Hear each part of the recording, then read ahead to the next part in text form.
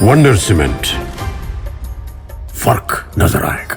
Shri SP Jain, Shrimati Meena Jain, Shri Satyen Jain, Shrimati Shraddha Jain. Firm Pride Group, SP Capital Financing Limited, Mumbai. भगवान पार्श्वनाथ धाम trust. भगवान पार्श्वनाथ धाम trust के अंतर्गत बनने वाले माता पद्मावती के मंदिर के भव्य निर्माण में अपनी चंचला लक्ष्मी का उपयोग कर महान पुण्य का अर्जन करें।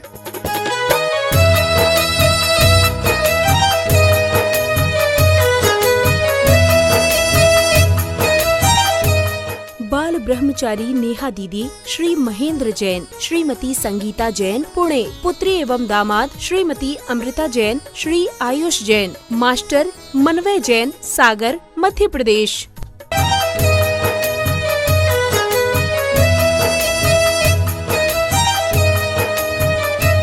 ओकारं बिंदु संयुक्तं नित्यं ध्यायन्ति योगिनः कामदं मोक्षदं चैव ओंकाराय नमो नमः। अविरल शब्द घनौघ प्रक्षालित सकल भूतल कलंका मुनिविरपाशुद तीर्था सरस्वतीर्तनोद्धरितम् अज्ञानतिमिरान्धानां ज्ञानाञ्जनशलाकया चक्षुरुन्मीलितं येन तस्मै श्रीगुरुवे नमः। परम गुरुभ्यो नमः। परम्पराचार्य गुरुभ्यो नमः। सकल कलश विध्वंसकं श्रेयसां परिवर्धकं धर्म संबंधकं भव्य जीव मन प्रतिबोधकारकमिदं शास्त्रं श्री कार्तिकेयन प्रेक्षा नामधेयम्। अस्य मूल ग्रंथकर्तारः श्री सर्वज्ञ देवाः, तदुत्तर ग्रंथकर्तारः श्री गणधर देवाः, प्रतिगणधर देवाः।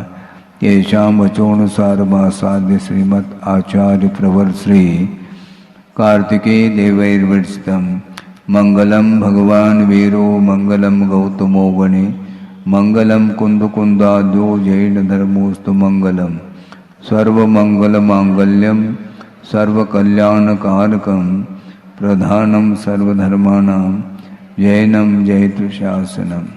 कोटिशतं द्वादशैव कोटो लक्षाणि शेतेस्त्रिदिकानि चैव पंचाशदष्टोच सहस्रसंख्यमेतत्श्रुतं पंचपदं नमामि।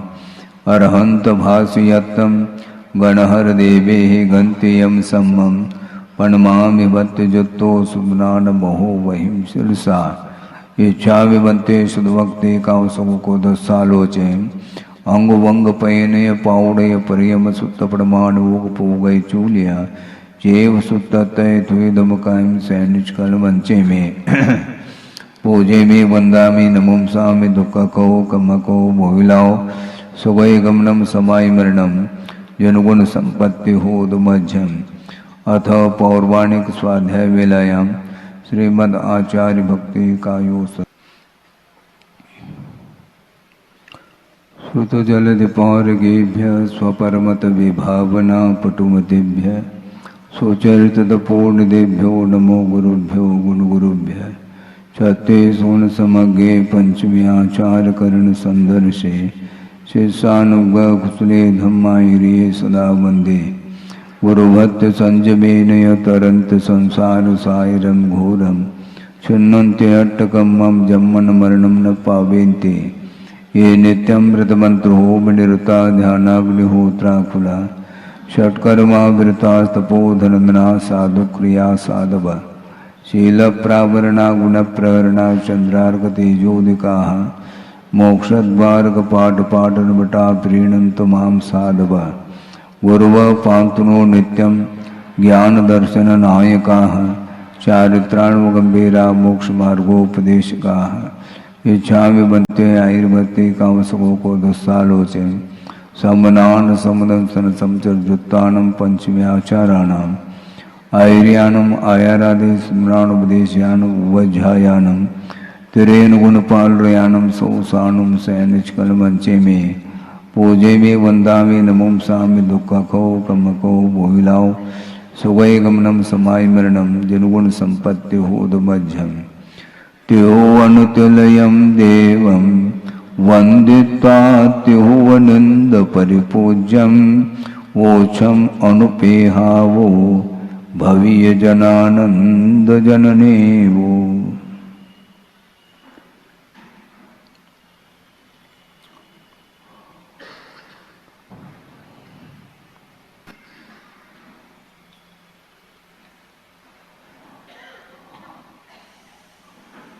रक्षा के बहुत सारे साधन हो सकते हैं जिनके माध्यम से संसारी प्राणी अपनी रक्षा करने के लिए उद्यमशील होता है।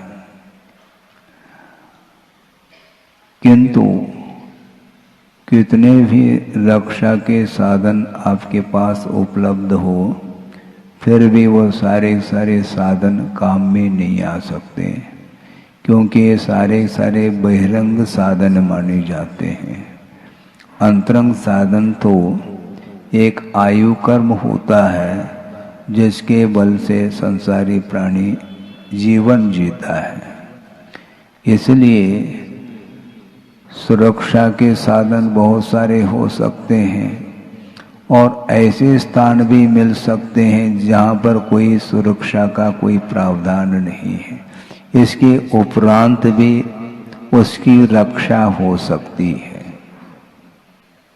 हाँ, क्योंकि अंतरंग जब तीव्र पुण्य कर्म का उदय रहता है तो वहाँ पर प्रतिकूलताएं कितने भी मिल जाएं, तब भी उसके माध्यम से उसका जीवन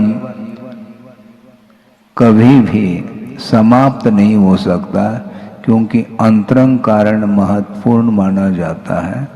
आयु कर्म 10 प्राण होते हैं, उसमें महत्वपूर्ण जो है आयु कर्म माना जाता है, जिसके कारण वह जीवन जीता है। पर्याय मिलने के उपरांत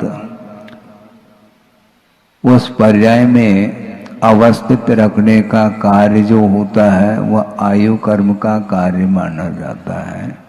इसलिए देव और नरगति को छोड़ करके अन्य 2 गतियों में मरण जो होता है वह सकाल भी हो सकता है, होता है, और अकाल में भी मरण हो सकता है। इसमें कोई बाधा नहीं है कि वस्तुतः कर्मबंध कर लेता है संसारी प्राणी, किंतु उसको ज्ञात नहीं रहता है कि कितनी आयु को लेकर के पर्याय को प्राप्त किया है। वह कोई भी नहीं जान सकता।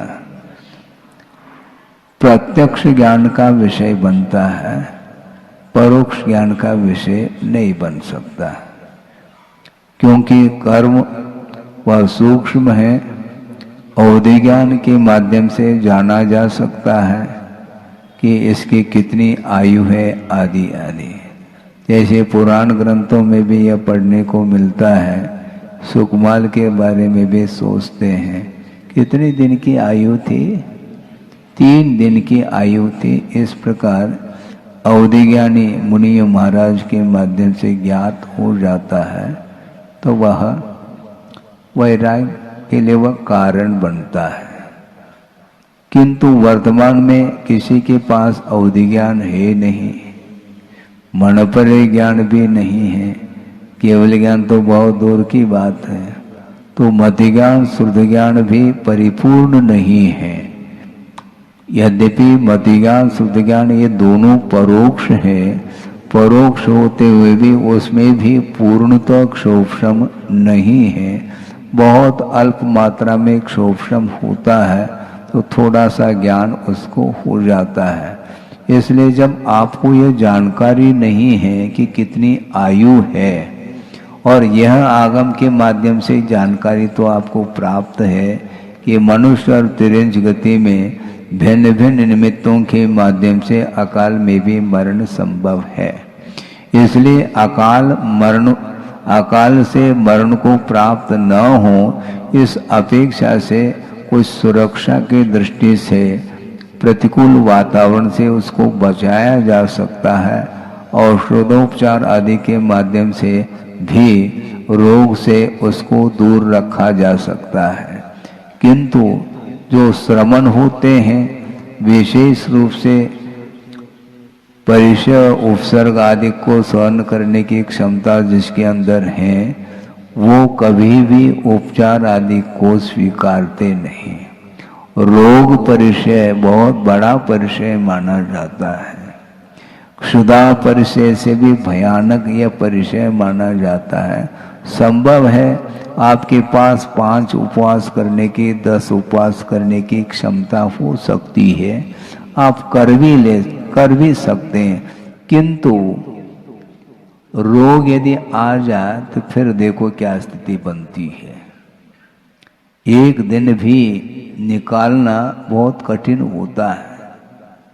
10 दिन का वह उपवास आपके लिए अखरेगा नहीं, किंतु एक दिन 2 दिन में यदि मान लो 104, 5 डिग्री, 6 डिग्री बुखार आदि आ जाए और कोई भी भयानक व्याधि हो जाए, उसको वह सहा नहीं जाता, असह्य हो जाता है, इसलिए उसका उपचार आदि भी वह कर लेता है। किंतु ऐसे भी मुनि महाराज होते हैं श्रमण, जिन्हें रिद्धि प्राप्त है, औषध रिद्धि, इसके बाद भी वो अपने रोग को दूर करने के लिए उसका प्रयोग नहीं करते। रिद्धि प्राप्त होने के उपरांत भी जो पूर्व का बंधा हुआ जो पाप कर्म है, जो विशिष्ट अनुभव को लेकर के है, उसका उदय हो जाए तो वह सहन करते रहेंगे, किंतु औषध रिद्धि का वो प्रयोग नहीं करते हैं। कितना साहस होगा उनके अंदर। वेदना, असह्य वेदना हो रही है और वेदना के साथ भी वो धर्म ध्यान कर रहे हैं। वेदना याश्च एक आर ध्यान का भेद आता है, किंतु वेदना के सद्भाव में भी उसको समता भाव के साथ सहन करते हुए धर्म ध्यान वो कर रहे हैं। हम और आप कहते हैं कि महाराज हम धर्म ध्यान कैसे करें? ऐसी कौन सी प्रतिकूलता आपके जीवन में आई है जो धर्म ध्यान नहीं कर पा रहे हैं आप? भयानक उपसर्ग आदि हो जाए तब भी धर्म ध्यान क्या, शुक्ल ध्यान हो रहा है उन्हें, और आप लोगों को 4 दीवारों के बीच में बैठ करके कौन सा परिचय हो रहा है, कौन सा उपसर्ग हो रहा है जो आप अपने आप को अक्षम पा रहे हैं धर्म ध्यान करने के लिए। सुख सुविधा के साथ धर्म ध्यान नहीं होता। विपरीत वातावरण में भी अपने आप के परिणामों को जो संभाला जाता है उसको धर्म ध्यान बोलते हैं। महाराज हम अच्छे अनुकूल वातावरण में ज्यादा धर्म ध्यान हो जाएगा ना, ज्यादा और कम से कोई प्रयोजन नहीं, धर्म ध्यान होना चाहिए। और धर्म ध्यान का अर्थ ही है वहां पर आर ध्यान और रौद्र ध्यान से वो ऊपर उठा हुआ होता है। आर्त रौद्र परित्याग तत् ही सामायिकम मतम, ऐसा कहा है। फिर भी सहनन दीर्घ सहनन आदि नहीं होने के कारण थोड़े बहुत वो अनुकूल वातावरण को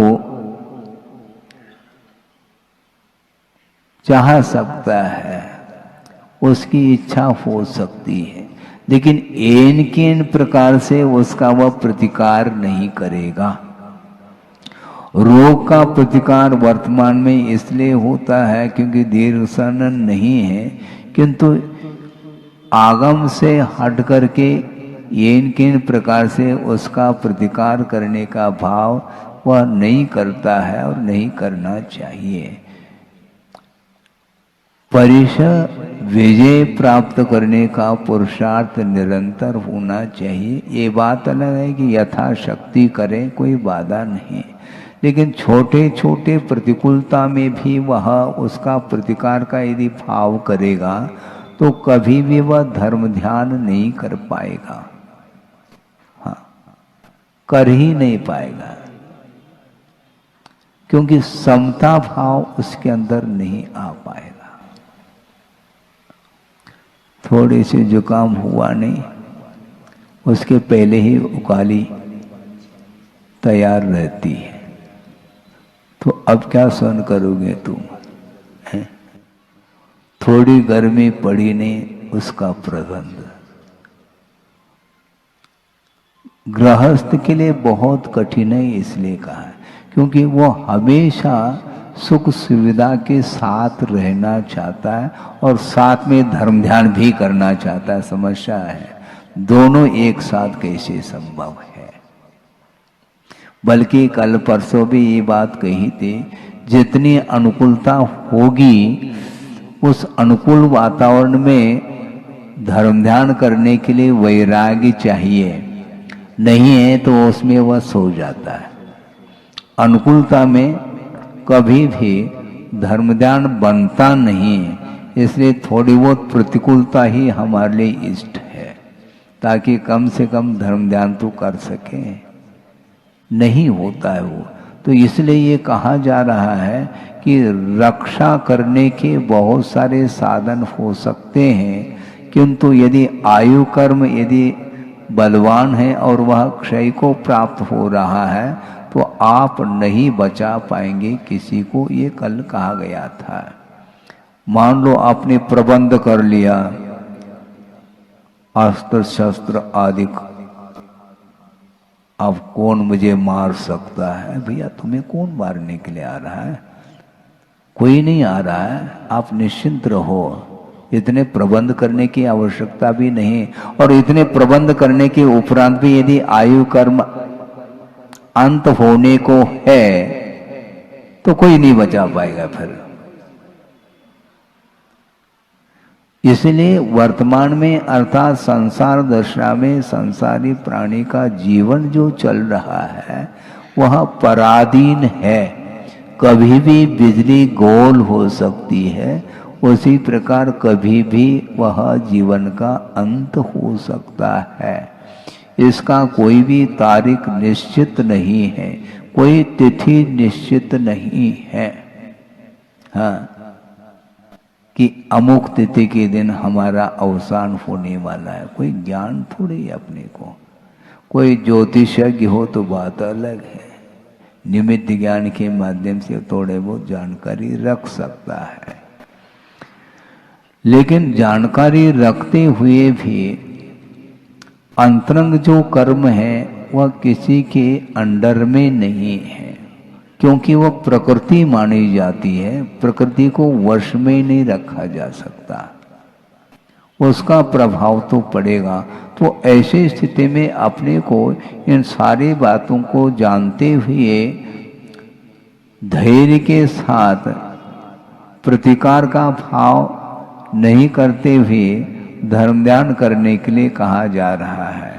इसके उपरांत भी इस प्रकार की स्थिति को समझते हुए भी जो अन्यान्य देवी देवताओं के शरण में जाता है वह किसके कारण जाता है, ये इस अगली कारिका में स्पष्ट कर रहे हैं।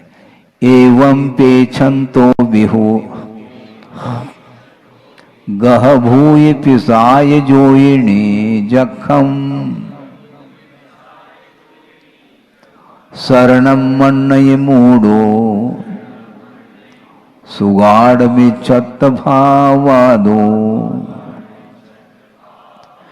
एवं पेछंतो विहु, अर्थात पूर्व कारिका में जो विषय आया था कि अति बलिष्ठ व्यक्ति भी हो और शूरवीर भी हो, फिर भी वह मरण से रहित नहीं हो सकता, ऐसा कहा था। रक्षा, जिसकी रक्षा की जा रही है अनेक प्रकार के साधनों के माध्यम से, फिर भी वह मरण से ऊपर नहीं उठ सकता, उसका अवसान होना अनिवार्य है। इस प्रकार जानता हुआ भी फिर भी किसका आलम्बन ले रहा है? ग्रह, नवग्रह है, ये हमें बचा देंगे। कौन कौन से ग्रह है? आदित्य अर्थात सूर्य है, सोम अर्थात चंद्रमा है, मंगल है, बुध है, बृहस्पति है, शुक्र है, शनि है, राहु है और केतु है। ये सारे सारे ये ग्रह माने जाते हैं। इनके माध्यम से अपनी रक्षा करना चाहता है। इनके माध्यम से आप अपनी रक्षा करना चाहो तो उनका अवसान होगा क्या नहीं? फिर नवग्रह में रहने वाले, विमानों में रहने वाले जो देव हैं, भवनत्रिक संबंधी ज्योतिष देव, वे कभी उनका मरण होगा क्या नहीं? जब उनका स्वयं का मरण निश्चित है तो वो तुम्हारी रक्षा कर सकेंगे क्या? इसके बाद भी देवादि देव को छोड़ करके इनके पीछे भागता फिरता है, भारी समस्या है। हाँ, देवास चतुर्निकाय, 4 प्रकार के देव तो हैं, उनका अस्तित्व है, हम उनको मानते भी हैं। मानते का अर्थ क्या है? उनकी आराधना नहीं करते हैं, उनका अस्तित्व है। और वे सारे सारे चतुर्निकाय देव असंयमी है, और असंयमी के सहारे से हमारा जीवन टिकेगा क्या? पंच परमेष्टि का सहारा लेना नहीं चाहता, क्योंकि पंच परमेष्टि हमें थोड़ी बचाते हैं और ग्रह इत्यादि बचा सकते हैं। ये चालू हो गया ये है?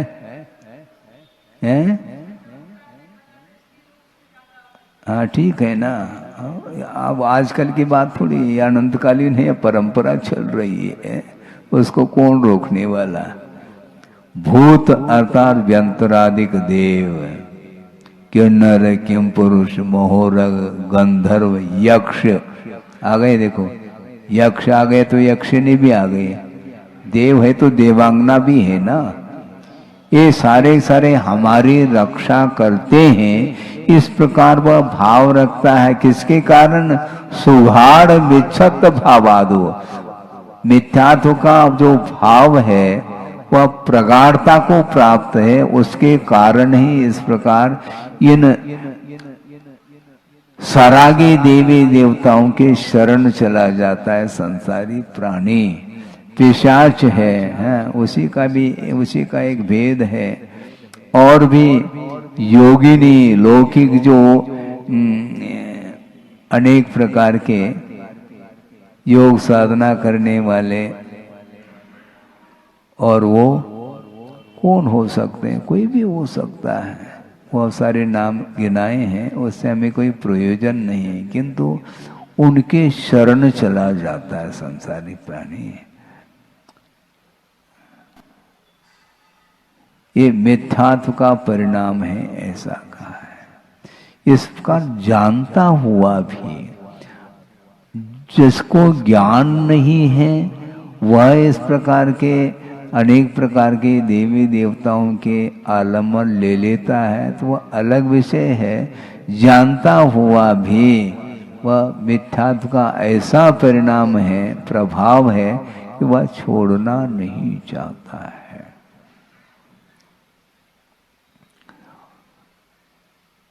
भगवान की आराधना करने से जीवन नहीं टिकेगा मतलब, और अन्य देवी देवताओं के उपासना करने से जीवन की रक्षा होती है। इस प्रकार की विपरीत मान्यता उसके अंदर आई है। दूसरी बात ये है, डॉक्टर वैद्य आदि हैं, वो औषध आदि के माध्यम से आपके रोग को ठीक कर सकते हैं, इसमें बाधा नहीं।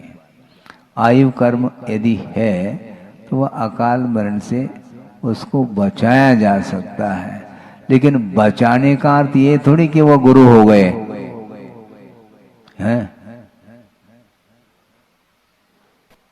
वो गुरु हो गए क्या? गुरु नहीं हुए वो, क्योंकि आप दान देते हैं, औषध दान कर रहे हैं, तो बस अब आपकी आराधना करनी पड़ेगी अपन को। ऐसा संभव नहीं है। आपका कर्तव्य है, आप करें तो ठीक, नहीं करें तो वो कभी भी याचना नहीं करते हैं।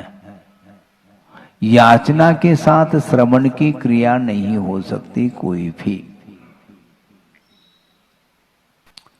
याचना यदि करते हैं तो गुरु के चरणों में जाकर के रत्नत्रय की याचना अर्थात प्रार्थना करते हैं, निवेदन करते हैं कि भगवान आप हमें रत्नत्रय प्रदान करके हमें अनुग्रहित करें। इस प्रकार भाव गुरु के चरणों में, प्रभु के चरणों में किया जा सकता है।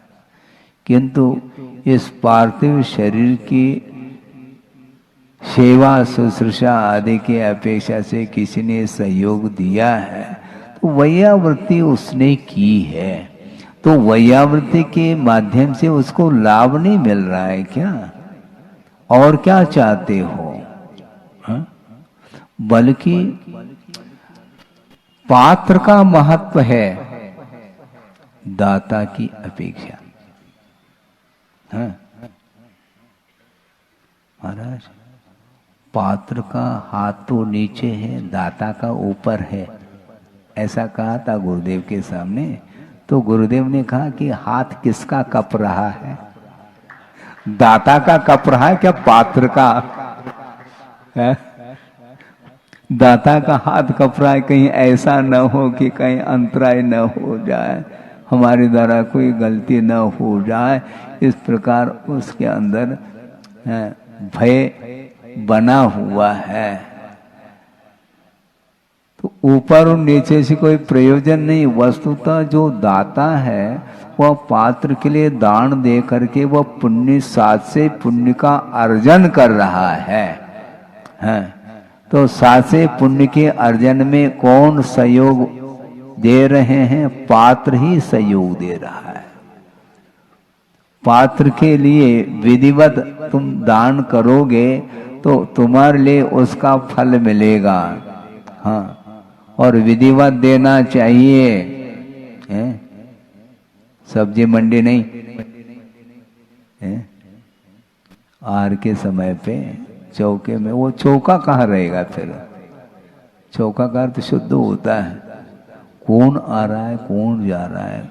ये बहुत, इसमें कई बार कहने के उपरांत भी उसमें सुधार नहीं हो रहा है।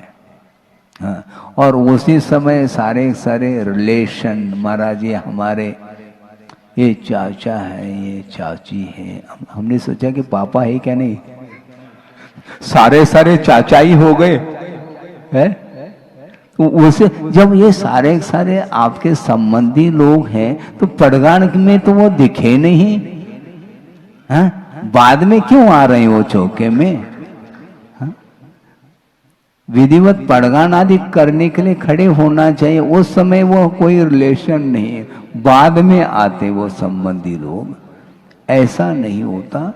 बाय चांस कभी कभार कोई अलग वस्तु, किंतु विधिवत नवधा भक्ति पूर्वक ही आहार देना चाहिए। उसके माध्यम से जो पुण्य का संचय होता है वह अलग ही क्वालिटी का होता है। दाता के भी 7 गुण होते हैं, उसमें सत्य को भी रखा है, क्षमा को भी रखा है, संतोष को भी रखा है। भले ही नाम संतोष हो उनका, लेकिन संतोष गुण होना चाहिए, है? संतोष गुण होना चाहिए। 1 ग्रास दे दिया मान लो और किसी ने 4 दे दिया, बस शुरू हो गया यहीं पर संघर्ष। उन्होंने 4 ग्रास दे दिया और हमने 1 ही ग्रास दे दी। अरे भाई संतोष तो धारण करो। कैसे धारण करें? हैं? शांति पकड़ो ऐसा कहते हैं तो वो उत्तर क्या देता है? हमने तो, हमारे लिए तो दोनों हाथों में थाली दे दी, पकड़ ली थाली को, और संतोष के हाथ से हम पकड़े? 2 ही तो हाथ है हमारे पास और दोनों हाथों से हम थाली पकड़ रखा है हमने, और आप कह रहे हैं संतोष शांति पकड़ो। कहाँ से पकड़ूं मैं? होता है ऐसा, क्या कर सकते हैं? आकुलता होती है, नहीं होना चाहिए। कहने का तात्पर्य ये है कि वस्तुतः दान देने वाला जो दाता है वह पात्र के लिए दान दिया जा रहा है, इसलिए पात्र का बहुमान, उसका आदर इत्यादि होना चाहिए, क्योंकि पात्र के अंदर याचना का भाव नहीं है। विधिवत आगम के अनुरूप यदि मान लो आहार मिलता है तो वह लेकर के आता है, वरना किसी एक के प्रकार से आहार को वह संपन्न नहीं कर सकता। हाँ, ये स्नान समिति है और मौन धारण करके वह आहार लेता है, बोलना ही नहीं वहां पर, बिना बोले संकेत भी नहीं, हूँ हाँ संकेत करोगे तो सीधा बोलो ना, क्या बात हो गई, कम से कम समझ तो ले। वो मौन की भाषा तो आप जान नहीं पाएंगे, इसलिए जिसका मौन है वह कोई भी संकेत ना करें और लेकर के आ जाए, जो मिलता है जैसा मिलता है विधिमत प्रासुक वह देता है तो उसमें कोई बाधा नहीं है। तो इसलिए पात्र के लिए वह दान दे रहा है, और दूसरी बात उसके लिए पात्र के लिए दे रहा है तो केवल पात्र के लिए सब कुछ मिल रहा है ऐसा नहीं, उस दान के माध्यम से रत्नत्रय की आराधना वह करता है श्रवण, इसलिए सम्यक ज्ञान आदि की अभिवृद्धि होती है उस दान के माध्यम से। यह पात्र के लिए लाभ हुआ और दाता के लिए जो है वह पुण्य का अर्जय संचन, पुण्य का संचय करता है, लेकिन भावों के ऊपर ही निर्धारित है। भाव महत्वपूर्ण है, द्रव्य तो प्रासुक है किंतु भावों में भी प्रासुकता आनी चाहिए। भावों में प्रासुकता कैसे आएगी महाराज? परिणाम उज्जवल रखना चाहिए, ईर्ष्या अधिक नहीं करना चाहिए, अनादर के साथ नहीं देना चाहिए, प्रफुल्लित मन हो करके वह देता है तो उसके माध्यम से वह पुण्य का संचय करता है। तो इसलिए आचार्य ये कहना चाह रहे हैं कि वस्तुतः दान के माध्यम से आयु कर्म की भी रक्षा हो रही है। तो आयु कर्म की रक्षा का अर्थ इतना ही है कि आयु कर्म की उदीर्णा रुक जाएगी।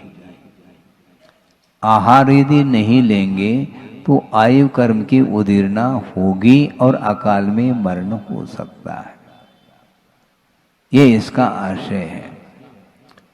इसलिए इस प्रकार जानता हुआ भी वो अन्यान्य देवी देवताओं की उपासना करने का भाव रखता है तो ये केवल मिथ्यात्व का ही एक परिणाम है, ऐसा कहा जा रहा है। सम्यक दर्शन मलिन होता है, भय के वशभूत होकर के, स्नेह के वशभूत होकर के, आशा के वशभूत होकर के, लोभ के वशभूत होकर के वो कुगुरु कुदेव कुशास्त्र इनकी वह आराधना करता है, इनके प्रति विनय भाव रखता है आदि आदि, तो नहीं रखना चाहिए सम्यक दृष्टि के लिए, ऐसा कहा है। नमोकार मंत्र का प्रभाव समाप्त हो गया क्या?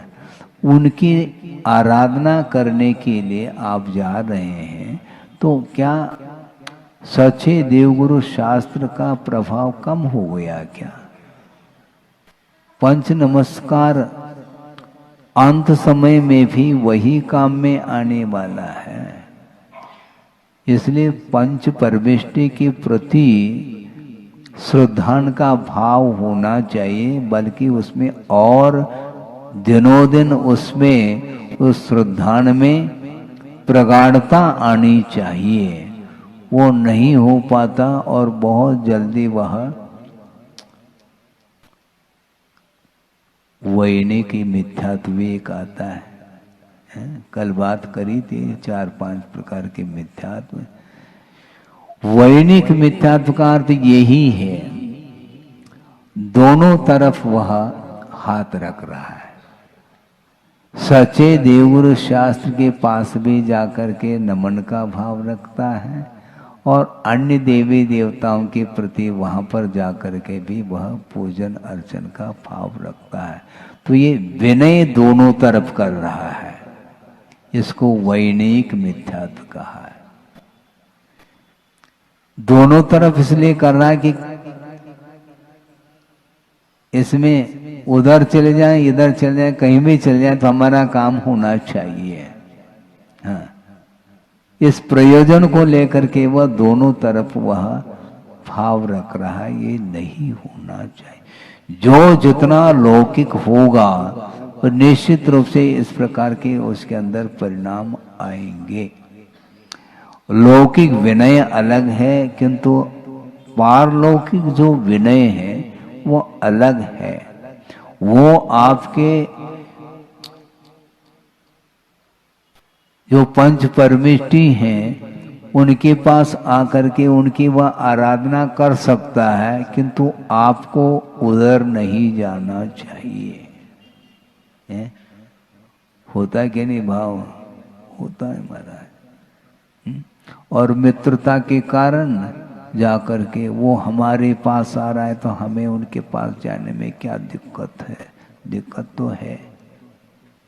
केवल मित्रता का निर्वाह नहीं करना है, किंतु मोक्ष मार्ग में जो सहयोग प्रदान करने वाले देव शास्त्र गुरु हैं उनकी आराधना करो, उनके प्रति श्रद्धा को मजबूत बनाओगे तो कभी भी आपको संकट नहीं आएगा।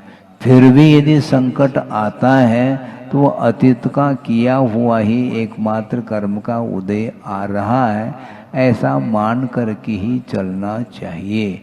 नहीं है तो कभी भी वो हमारे लिए सहयोग दे नहीं सकते हैं। तात्कालिक उनके माध्यम से थोड़े बहुत सहयोग आपको मिल सकता है, किंतु मोक्ष मार्ग में उनका कोई भी सहयोग नहीं है, ऐसा कहा है। तो इसलिए स्नेह के कारण संसारी प्राणी कदम कदम पर वह विपरीत पथ पर चलने का भाव रखता है। ये स्नेह बहुत ठीक नहीं है।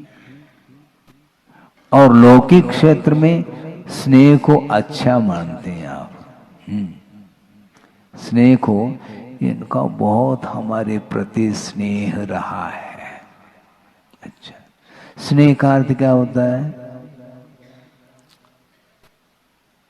स्निग्धता, इसी का नाम है, चिकनाहट। स्नेह का अर्थ और कुछ नहीं है। एक सूत्र आता है तत्वार्थ सूत्र में, जो परमाणु हैं वे स्कंद के रूप में परिणत हो जाती हैं, तो उसके लिए कारण क्या है? स्निग्ध रूक्षत्वाद बंध, एक सूत्र आता है। स्निग्धत्व और रूक्षत्व गुण के माध्यम से उनका परस्पर में संबंध हो जाता है, वो सारे सारे परमाणु संगठित हो जाते हैं, तो स्कंद का निर्माण होता है। और मान लो विघटित हो जाए तो पुनः वापिस वो स्कंद जो था वह बिखर जाता है। तो बिखराव और संगठन, ये दोनों स्निग्धता और रूक्षत्व, इन गुणों के माध्यम से ही बंद होता है। उसी प्रकार परस्पर में जो लगाव आ रहा है वह स्नेह के कारण आता है। स्नेह रखने वाला व्यक्ति कदम कदम पर वह पराधीन होता चला जाता है। स्नेह रखने से ये प्रमाद है, ये प्रमाद को आपको समझना है। प्रमाद केवल एक प्रचलन में है कि निद्रा जो आती है उसी को प्रमाद के रूप में लेते हैं। आलस आ रहा है, किंतु आचार्य कहते हैं कि 15 भेद है, ये ध्यान रखो। कषाय को भी प्रमाद कहा, 4 कषाय, 4 विखता है, 5 इंद्रिय के विषय, निद्रा और स्नेह, ये 15 प्रमाद है। सोचो, क्रोध कर रहा है वह भी प्रमाद है। मान, माया और लोभ, ये सब प्रमाद के अंतर्गत आते हैं। और प्रमाद का स्वरूप ही स्पष्ट किया है आचार्यों ने कि कुशलेषु अनादरः प्रमादः। धार्मिक कार्यों में अनादर का भाव रखना, उत्साहित नहीं होना, यह प्रमाद माना गया है। किसमें आदर भाव रखता है? अपना प्रयोजन जिसके माध्यम से सिद्ध होता है उसके प्रति वह आदर भाव रखता है, उसका पक्ष लेता है। भगवान का पक्ष नहीं लेता, गुरु का पक्ष नहीं लेता, किंतु हमारा प्रयोजन सिद्ध होना चाहिए। जिससे सिद्ध हो जाए उनके प्रति वह झुकाव रखता है। झुका रहा अपना माथा, कहाँ पर झुकाना चाहिए ज्ञात ही नहीं उसको। सच्चे देवगुरु शास्त्र के चरणों में उसको झुकना चाहिए, नतमस्तक का भाव होना चाहिए, किंतु नहीं है। क्योंकि भीतर कुछ ऐसे उद्देश्य रहते हैं, उस उद्देश्य की पूर्ति जहां पर होती है, चाहे वह अवगुणी हो, चाहे वह असंयमी हो, कोई भी हो, उसकी प्रशंसा करने के लिए वह तत्पर हो जाता है। उसके द्वारा हमें मिल रहा है। छोटा बालक भी हो तो दद्दा बोलता है वो, क्योंकि उससे वो फूल जाता है इसलिए, और वो इसलिए फुलाता है उसके माध्यम से नोट आएंगे ना। नोट और वोट का जमाना है, सीधी सीधी बात है। वोट इसलिए देता है उसके माध्यम से हमारा कोई न कोई कार्य सध जाए, ये भाव है उसके अंदर। इसलिए वस्तुतः ये लोभ नहीं रखना चाहिए, क्योंकि इसके माध्यम से सम्यक दर्शन यदि उत्पन्न हुआ है पहले, वह मलिन होता चला जाएगा, और मलिन होता होता वह सम्यक दर्शन समाप्त हो सकता है। तो जिन साधनों के माध्यम से सम्यक की उत्पत्ति हुई है, उन साधनों के माध्यम से कभी भी सम्यक दर्शन का विनाश नहीं होगा, किंतु ठीक अनायतनों की ओर यदि झुकाव होता है तो उसके माध्यम से सम्यक दर्शन समाप्त होगा। इसलिए रागी, द्वेषी, मोही ऐसी देवी देवताओं की उपासना अधिक नहीं करना, और उसके माध्यम से अपनी रक्षा का भाव नहीं रखना चाहिए कि 4 दिन की भी यदि जिंदगी है तो हमें कोई बाधा नहीं, हमें तो बस शरण लेने योग्य पंच परमेष्टि है। यही हमारे लिए कहाँ तक पहुँचाएंगे? निर्वाण तक हमें पहुँचाने वाले हैं। हमें निर्वाण को प्राप्त करना है। निर्वाण के बिना जीवन का निर्माण नहीं हो सकता है। जीवन का निर्वाह नहीं करना है, जीवन को निर्माण करना है। जो पतित जीवन है उसको पावन बनाने के लिए जो पावन बन चुके हैं उनका आलम्बन हमें लेना है। उसके बिना हमारी रक्षा कोई भी नहीं कर सकता। इस प्रकार गाढ़ श्रद्धान होना चाहिए। कदम कदम पर वह श्रद्धान वह डगमगा जाता है। चल मल अगाढ़ आदि जो दोष लगते हैं वह इसी के कारण बहुत जल्दी वह शिथिल हो जाता है। श्रद्धान में स्थिरता नहीं रहती है।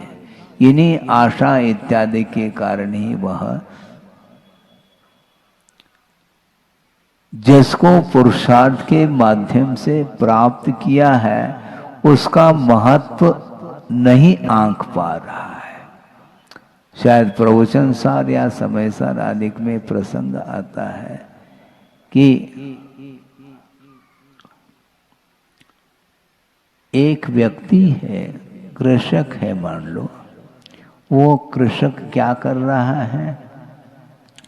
फसल की रक्षा करने के लिए बाड़ी की आवश्यकता है ना।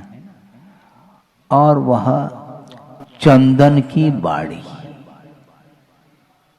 है या कपूर की बाड़ी, और फसल कौन सा है? प्याज। अब सोचो, विचार करो, ये उपयुक्त है क्या? प्याज की फसल है, उसकी रक्षा करने के लिए चंदन की बाड़ी लगाओ, तो क्या ये बुद्धिमत्ता है क्या? और वह एक व्यक्ति वह है जो रत्न है, बहुमूल्य रत्न, उसको वह भस्म बना रहा है, उसको जला करके। किमर्थम? किस लिए? बर्तन मांजने के लिए।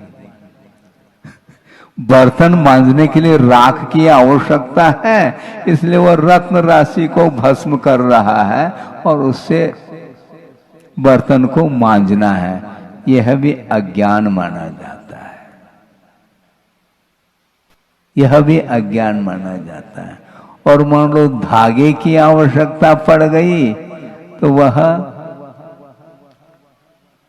क्या हार को तोड़ रहा है, क्योंकि धागा चाहिए हमें गुदड़ी सीलने के लिए। गुदड़ी जानते हैं, आज तो मिलेंगे नहीं गुदड़ी है? सीने के लिए, सिलाई के लिए धागा चाहिए, और बाजार में धागा नहीं मिल रहा है उसको, और वह हार को तोड़ रहा है। ये सारे जो है ना अज्ञान के परिणाम माने जाते हैं।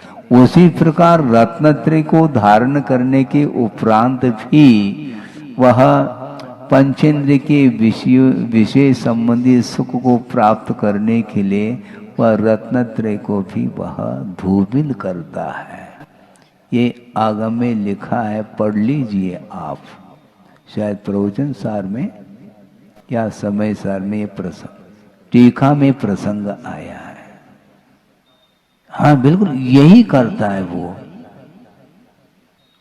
यही करता है। घानी में पेल दो, वो उफ नहीं करता है, किंतु रत्नत्रय की आराधना फिर भी उसके द्वारा नहीं हो रही है। वो क्या चाह रहा है महाराज? वही चाह रहा है जिसको छोड़ा है, जिसको छोड़ा है उसी को चाह रहा है वो। ये अज्ञान नहीं है क्या? ये निदान माना जाता है। निदान के माध्यम से सम्यक दर्शन की विराधना होती है, स्पष्ट है। निदान बंदेन सम्यक विराधनाम कृत्वा तत्र उत्पद्यते, वहां पर उत्पन्न हो जाता है। ग्रैवेक में चला जा रहा है, भवनत्रिक आदिक में उत्पन्न हो रहा है। क्यों? निदान क्यों? भोगों की आकांक्षा इसको प्रतिपल सता रही है, तृष्णा जिसको बोलते हैं, उसके कारण वह बहुमूल्य वस्तु का मूल्यांकन नहीं कर पा रहा है। ये बहुमूल्य वस्तु, ये इसकी उपयोगिता किसमें होगी इसका उसको भान ही नहीं है, इसलिए इस प्रकार दुरुपयोग करता है। ये जो पर्याय मिली है इसका उपयोग करने के लिए बुद्धि चाहिए,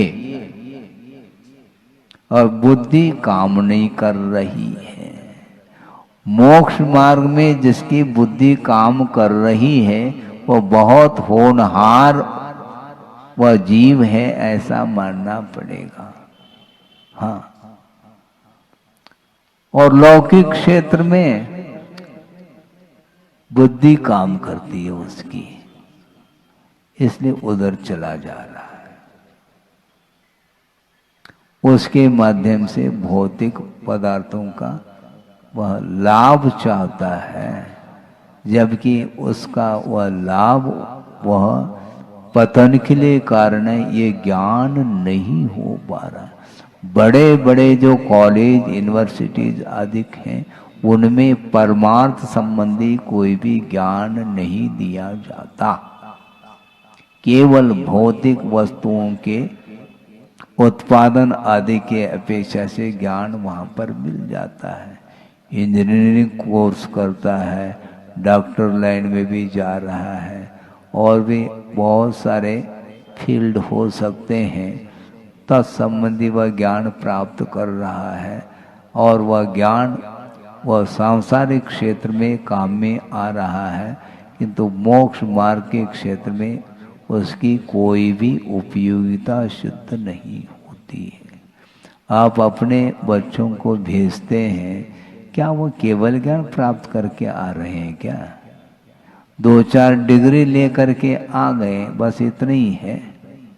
उन डिग्रियों से क्या प्रयोजन है? हाँ, प्रसिद्धि पाने के लिए वो कर लेता है। आचार्य कहते हैं प्रसिद्धि की हमें कोई आवश्यकता नहीं, हमें तो सिद्धि की आवश्यकता है। हमें शुद्धत्व पद मिल जाए, उससे बढ़ करके और कोई भी पद नहीं। मोक्ष फल प्राप्तये, कई लोग प्राप्ताय बोलते हैं, वो ठीक नहीं है। मोक्ष फल प्राप्ताय नहीं, प्राप्तये, प्राप्ति शब्द है और उसमें प्राप्तये ऐसा बनता है। जैसे तद्गुण लब्धये, लब्धाय नहीं, लब्धये, इन्हीं गुणों की उपलब्धि के लिए। उसी प्रकार मोक्ष फल की प्राप्ति के लिए मैं फल चढ़ा रहा हूं।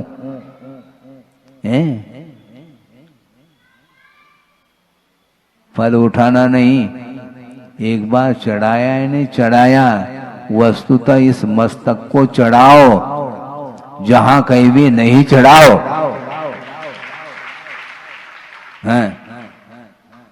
ये जो मस्तिष्क है ये श्रद्धा, इसलिए कह रहे हैं अनेक प्रकार के ग्रह है, भूत है, पिशाच है, यक्ष है, यक्षिणी आदि आदि, इनके चरणों में माथा रखना संसार को बढ़ाना है। इसलिए सोच विचार करके इस मस्तिष्क को समर्पित करो। सच्चे देव गुरु शास्त्र के उनके समीप जा करके इस मस्तक को समर्पित करना, फिर उठाना नहीं। अर्थात एक बार श्रद्धान कर लिया, अब अन्यत्र शरण जाने की कोई आवश्यकता नहीं। किंतु संसारी प्राणी रागी, द्वेषी, मोही होने के कारण, अज्ञान होने के कारण वह नहीं आलम्बन लेने योग्य पदार्थ का भी आलम्बन ले लेता है और उसके माध्यम से अपने संसार को बढ़ाता है। हमें संसार को बढ़ाना नहीं है, ये इसका तात्पर्य है। इसलिए स्नेह के वशभूत होकर के वह अपने जीवन को वह पतन की ओर ले जाता है। इसलिए ये अशरण भावना के प्रसंग में यह विषय आया। जानते हुए भी वह अनजान बन बैठा है। वह ज्ञान किस काम का? जान भी रहा है फिर भी उसकी जान चली जा रही है। वो जान भी रहा है और उसकी जान जा रही है। वो जानलेवा है। वो ज्ञान किस काम का है? उसका क्या महत्व है? उसके माध्यम से कौन सी प्रभावना होने वाली है? वही प्रभावना नहीं होती। इसलिए आप लोग स्वाध्यायशील हैं, स्वाध्याय करें आगम का, किंतु सही सही वस्तु तत्व का प्ररूपण करने वाला जो आगम है उसी का पठन पाठन होना चाहिए। अपने प्रयोजन को सिद्ध करने के लिए कोई भी आगम में यदि मान लो फेर पार किया जाता है तो उसको कभी भी नहीं पढ़ना चाहिए। हाँ, कभी भी नहीं पढ़ना चाहिए। उसके संस्कार विपरीत होते चले जाते हैं। खुंद खुंद स्वामी ने क्या लिखा है और क्या अर्थ निकाला जा रहा है, बहुत कठिन काम है ये। और समय मिलने पर और इस विषय को खोला जा सकता है। आपका समय हो चुका है, 9:30 बज चुके हैं। इतना ही पर्याप्त समझता हूँ कि यह अशरण भावना को निरंतर भाते रहिए। शरण लेने योग्य कोई भी नहीं, बल्कि पशु भी तिरंज होकर के भी सच्चे देव गुरु शास्त्र के प्रति ही समर्पण भाव रखते हैं। और अपन लोग तो मानव हैं, तो मनुष्यत्व, उसकी सफलता, उसकी सार्थकता सिद्ध करो। अपने लौकिक प्रयोजन को सिद्ध करने के लिए जहाँ कहीं भी जा कर के हम सहारा लेते हैं, वह सहारा ठीक नहीं। सहारा चैनल चल रहा है, उसकी क्या आवश्यकता हमारे लिए? हमारे लिए प्रभु, गुरु और शास्त्र, इनका सहारा हमें लेना है। हमें एक भी अक्षर यदि मिल जाता है, वह पर्याप्त है, वह श्रेष्ठ है। किंतु पंचेंद्रियों का पोषण करने वाला जो शास्त्र है, उसका हमें आलम्बन नहीं लेना है, भूल करके भी। लेकिन ये हो रहा है, होता है, होने में आश्चर्य नहीं, नहीं होने में आश्चर्य है। संसार में ये सब चलता चला जाएगा। बहुत सारे मार्ग हैं, मार्ग एक थोड़े ही। कल परसों भी हमने कहा था, मोक्ष मार्ग तो एक है, संसार के मार्ग अनेक हैं। जहां तुम्हें जाना तुम्हारी इच्छा है, एज यू लाइक, ऐसा कहा। आपकी इच्छा के ऊपर, हमारी इच्छा, भगवान की इच्छा के ऊपर नहीं चलता संसार। संसार तो अपने इच्छा के ऊपर ही चलता है। और भगवान चाहते भी नहीं आपसे कुछ भी, वो क्या चाहेंगे? और आपसे मिलने वाला भी क्या है उन्हें? कि उन्होंने जो भी था उनके पास, उन्होंने सब छोड़ दिया है और हम बटोरने में लगे हैं। उन्होंने जो छोड़ा है उसको हम बटोर रहे हैं। बटोरो नहीं, पंच आश्चर्य हो गया है, हम बटोरने में लगे। रत्न को बटोरते हैं भैया, रत्नत्रय को बटोरो, बहुत कठिन है वो खेल नहीं है। ये बहुत दुर्लभतम वस्तु है। मनुष्य पर्याय मिलने के उपरांत भी सारे मोक्ष मार्ग की योग्य साधन सामग्री मिलने के उपरांत भी उसका उपयोग मोक्ष मार्ग में कौन करता है? बहुत वह बड़भागी माना जाता है, उसके बिना संभव नहीं है। इसलिए शरण लेने योग्य हमारे लिए अन्य देवी देवताएं जो सरागी हैं, वो किसी भी प्रकार से हमारे लिए शरण लेने योग्य नहीं है। उनका अस्तित्व है क्या? नहीं, अस्तित्व तो है उनका, क्यों नहीं है? जब एक इंद्रिय का अस्तित्व है तो उनका भी अस्तित्व है। उनका हमें अवर्णवाद भी नहीं करना है, किंतु उनका जैसा स्वरूप है उसको उसी रूप में स्वीकारना चाहिए। क्योंकि चारों प्रकार के देव असंयमी होते हैं, तो हमें असंयमी के शरण नहीं लेना। जो वीतरागी देव होते हैं उनके शरण में जा करके आत्म कल्याण करना है, यही एकमात्र उद्देश्य रहना चाहिए। बोधि समाधि परिणाम शुद्धि स्वात्मोपलब्धि शिव शोक सिद्धि चिंतामणिम चिंतित वस्तुदाने वाम वंद मानस्य ममास्तु देवी। परम पूज्याचार्य गुरुवर श्री विद्यासागर जी मुनि महाराज की। इस कार्यक्रम के पुण्यार्चक थे वंडर सीमेंट, फर्क नजर आएगा। Shri SP Jain, Shrimati Meena Jain, Shri Satyen Jain, Shrimati Shraddha Jain. Firm Pride Group, SP Capital Financing Limited, Mumbai. भगवान पार्श्वनाथ धाम ट्रस्ट। भगवान पार्श्वनाथ धाम ट्रस्ट के अंतर्गत बनने वाले माता पद्मावती के मंदिर के भव्य निर्माण में अपनी चंचला लक्ष्मी का उपयोग कर महान पुण्य का अर्जन करें।